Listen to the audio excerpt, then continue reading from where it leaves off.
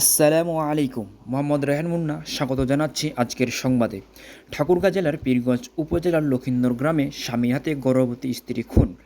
বিস্তারিত জানাচ্ছি মোহাম্মদ রেহান মুন্নার যেভাবে রিপোর্টে। নিজের স্ত্রীকে হত্যা করে লুকিয়ে রেখেছিল ঘাতক স্বামী। পুলিশের প্রাথমিক জিজ্ঞাসাবাদে স্বামী লিটন জানান, 22শে জুন রবিবার দিবাগত রাত আনুমানিক রাত 3টার দিকে নিজের শয়নকক্ষে কথা কাটাকাটির এক পর্যায়ে গলা টিপে শ্বাসরোধ করে হত্যা করে স্ত্রী রিমু আক্তারকে। হত্যার পর নিজ ঘরের পেছনে নতুন একটা টয়লেটে বস্তার চট পেঁচিয়ে লাশ লুকিয়ে রেখে মাটি দিয়ে ঢেকে রাখে। পরদিন সোমবার সন্ধ্যায় শ্বশুরকে জানান, আপনার মেয়ে রিমু আক্তারকে খুঁজে পাওয়া যাচ্ছে না, সে বাড়ি থেকে পালিয়ে গেছে। এভাবে করে কেটে যায় 7 দিন।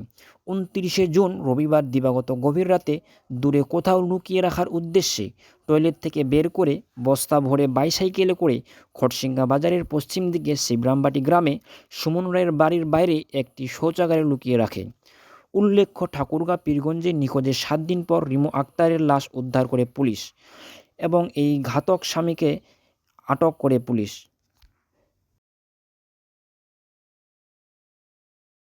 পরবর্তী সংবাদ দেখার আমন্ত্রণ জানিয়ে এখনকার মতো শেষ করছি আজকের সংবাদ।